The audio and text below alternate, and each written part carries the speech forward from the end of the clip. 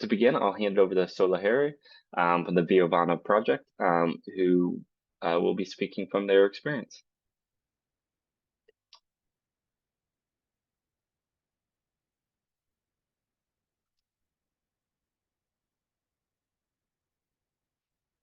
Merci Solaheri, beaucoup de m'avoir donné la parole.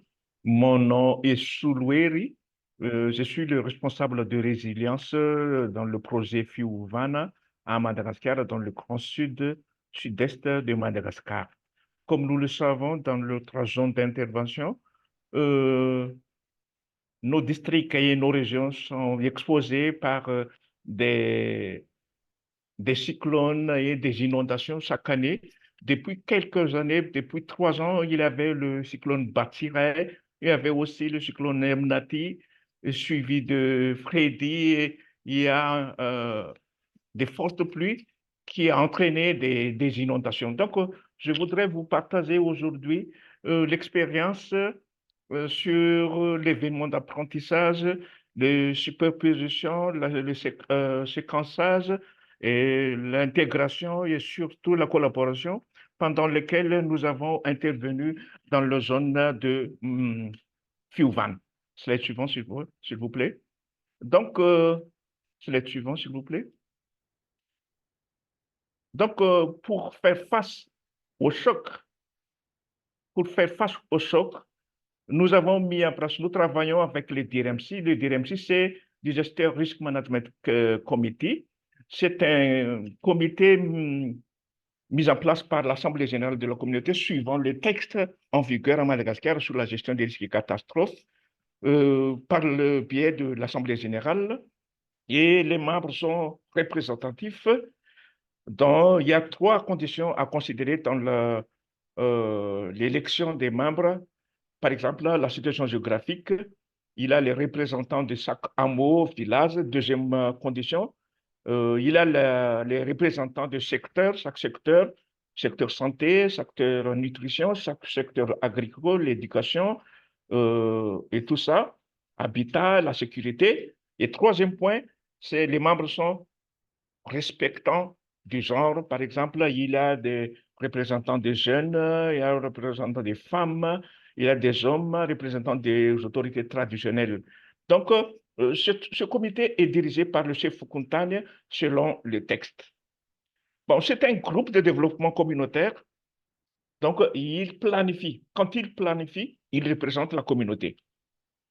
Il planifie les activités de réduction des risques des catastrophes multi-aléas, multisectorielles, dans différents secteurs, santé, nutrition, WASH, agriculture, l'amélioration des revenus des ménages, éducation, habitat, sécurité et tout ça. Donc, il dirige surtout la mise en œuvre de toutes les activités, actions planifiées, tout en promouvant la participation citoyenne. Le problème que nous avons vécu, c'est l'esprit sur la fatalistique vision. La communauté, comme ils sont victimes des catastrophes naturelles, ils attendent toujours, ils demandent quelque chose de gratuit à chaque fois. Donc, Fiuvan a fait en sorte que cette fatalistique vision change. Donc, nous devrons faire la communication, la mobilisation, la sensibilisation pour qu'ils puissent prendre en main leur propre développement, pour qu'ils s'engagent à prendre en main leur propre développement. Donc, ce n'était pas facile du tout. Donc, nous avons travaillé très, très dur pour qu'ils puissent avoir cette volonté, cette conviction, surtout dans la participation, pour faire face au choc. Slide suivant, s'il vous plaît. Donc, la suite, slide suivant. Donc, dans cette conviction, dès le début, dans la mise en œuvre du projet, nous avons intégré toute l'équipe. Il y a l'équipe P1, santé et nutrition, P2, agriculture et tout ça, et P3, la gestion des risques et catastrophes. Donc, dans la mise en œuvre, le DRMC considère et intègre toutes les activités de P1, P2, P3, notamment dans tous les processus. Dans tous les processus de séquençage, Donc, l'analyse, l'identification, la planification, la mise en œuvre et évaluation des réalisations. Donc, pendant cette séquence, nous avons établi la cartographie des acteurs et surtout la cartographie des villages qui permettent d'explorer ce qui existe vraiment, les potentiels et les points améliorés. Donc, nous avons impliqué les partenaires ou autres projets dans tout ce processus depuis le début du projet. Par exemple, nous avons impliqué le RANOS, financier même de l'USAID, et nous avons aussi impliqué le gouvernement régional, tous les gouvernements régionaux et ses démembrements. Donc, nous a permis de responsabiliser dès le début du projet ces acteurs. Donc, nous avons créé une relation et travaillé à partir de cette relation et gagné surtout la confiance de la communauté. Et nous avons entraîné la conviction de la communauté pour que les participants surtout puissent prendre en main leur propre développement, ce que je viens de dire tout à l'heure, et mobiliser les ressources locales et promouvoir l'appropriation des actions menées dès le début du projet. Et nous avons formé les ménages pour qu'ils puissent prendre des mesures de préparation au choc. Et nous avons organisé des exercices de simulation pour qu'ils s'habituent à la préparation et à faire face au passage des cyclones, par exemple. Pour la séquençage, superposition et collaboration, nous avons, par exemple, après le passage d'un cyclone, le projet travaille avec P2 sur l'agriculture et l'élevage. Surtout sur l'agriculture, nous avons doté des semences aux ménages, doté des semences sur les cultures à cycle court. Et en même temps, nous avons collaboré avec le programme alimentaire mondial pour la distribution des vivres ou des caches pendant ce temps. Et pendant 3 mois, les ménages ont cultivé les cultures maraîchères, par exemple, et en même temps, le PAM a distribué des vivres ou faire des cash. Et il y a toujours l'implication du gouvernement, c'est-à-dire il y a la collaboration de tous ces acteurs pendant la mise en œuvre du projet. Slide suivant, s'il vous plaît. Donc, le slide suivant, nous allons vous montrer l'importance, slide suivant, s'il vous plaît, l'importance de la coordination, de la collaboration entre tous ces acteurs. Ici, je voudrais vous présenter, vous partager la collaboration de 3 entités. Il y a le TRMC, les autorités traditionnelles et aussi les autorités gouvernementales. Une fois que ces 3 entités travaillent ensemble, il y a toujours le succès. Il y a toujours une bonne mobilisation de la communauté.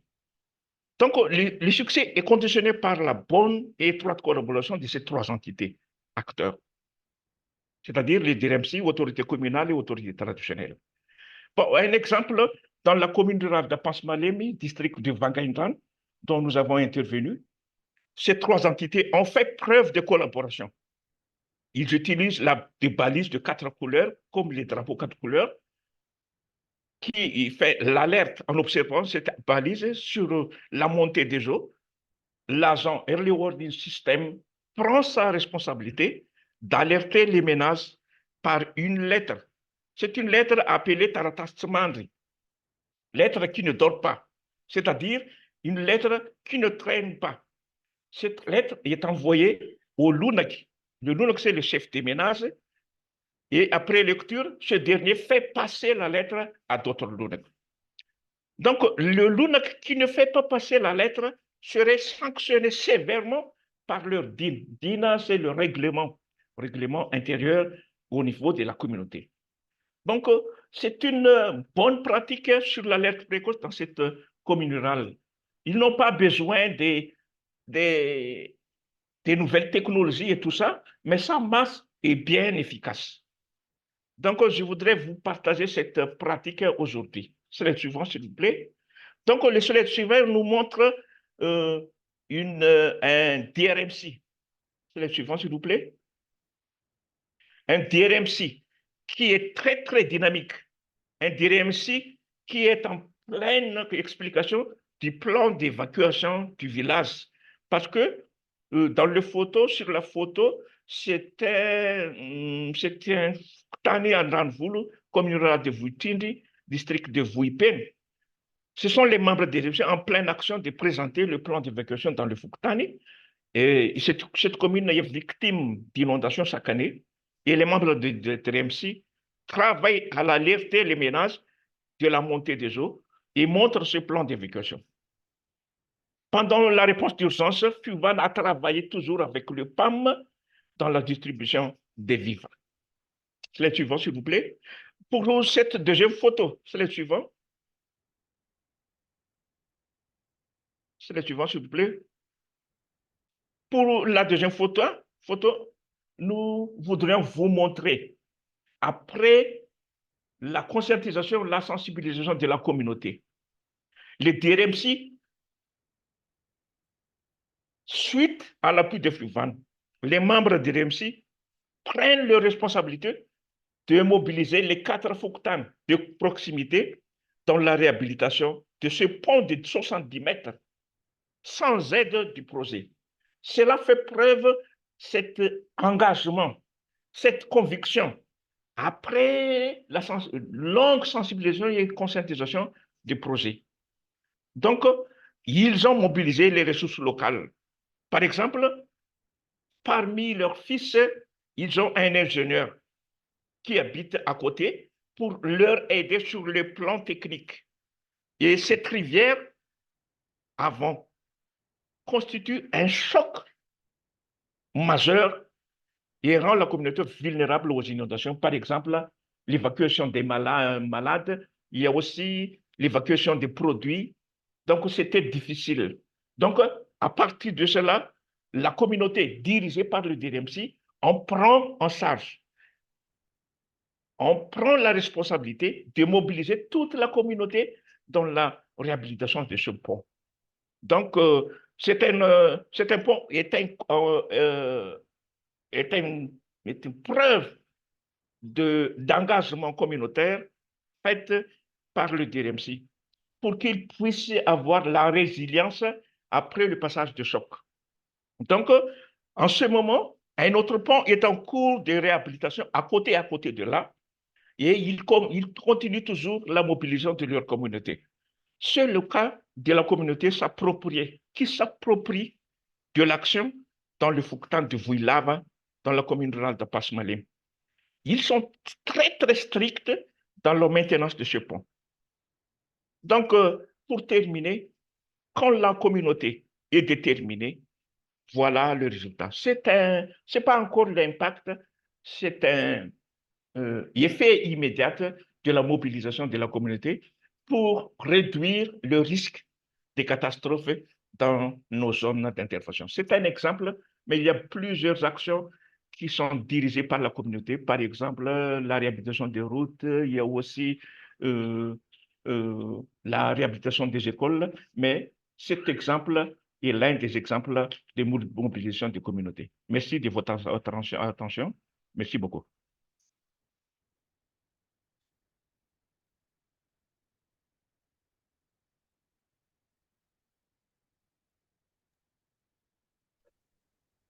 Thank you very much for that overview. And we're going to go ahead and move to our second presenter before we open up for questions and chat. So I would like to introduce Ndranto from the Maharo program. And thank you for sharing.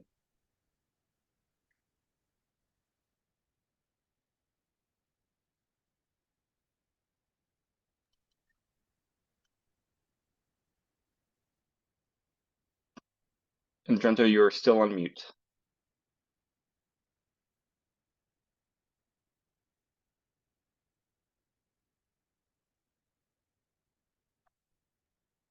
Ndranto, can you hear me? Are you able to come off mute?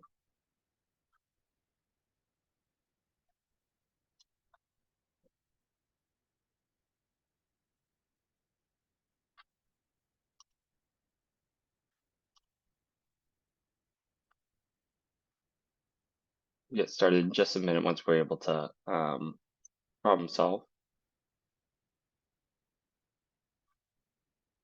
Ndranto, can you hear me?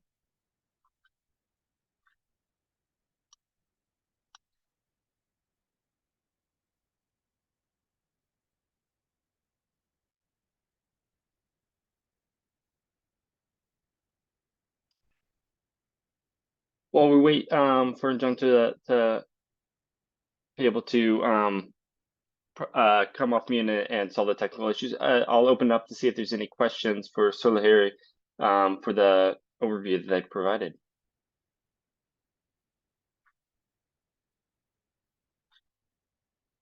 Feel free to raise your hand or come off mute or put it in the chat box.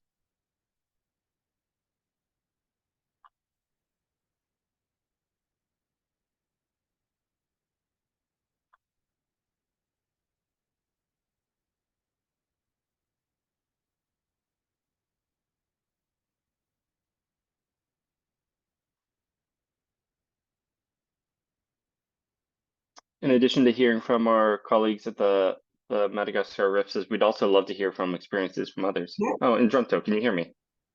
Désolé, bonjour à tous, j'ai un problème sur le micro. Bonjour à tous, je suis Ndranto, le team leader de la Coopération de Livelihood et la gestion des ressources naturelles du projet MAR. C'est un honneur pour moi de vous présenter aujourd'hui en quelques minutes le vécu de SLA de MAR dans le contexte du choc.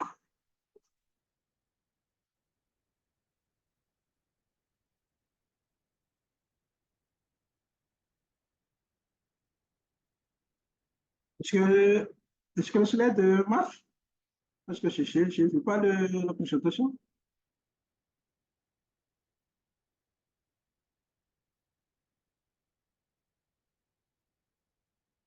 Tu peux parler slide suivant, Ndranto.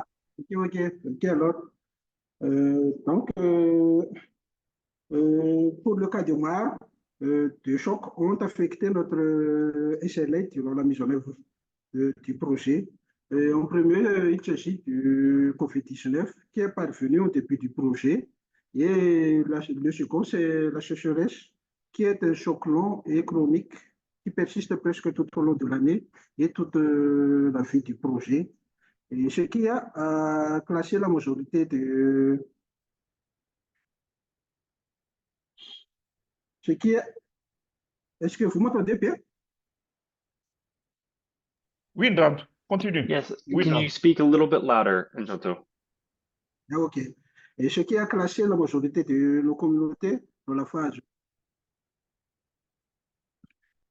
Ok. Est-ce que vous m'entendez bien?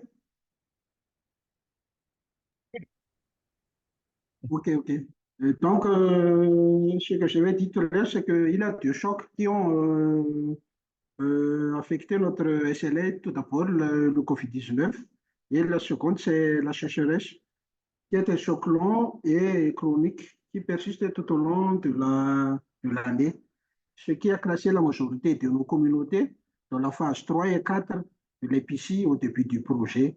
Ces deux chocs ont perturbé en général l'implémentation de nos séquençages de superposition et intégration. L'impact de la sécheresse a influencé les activités d'urgence et même jusqu'à l'annulation de certains paquets. Next, please.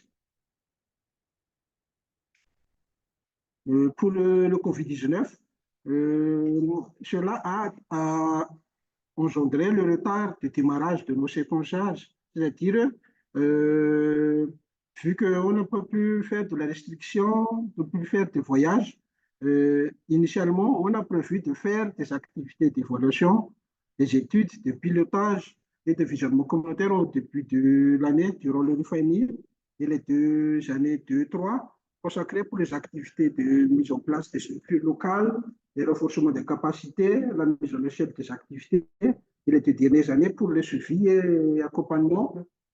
Mais vu le retard engendré par ce Covid, on a dû changer notre protocole de mise en œuvre. Donc, des séquençages ont été réalisés en même temps, comme la combinaison des activités du REFENIR avec les autres activités de l'année 2 et 3.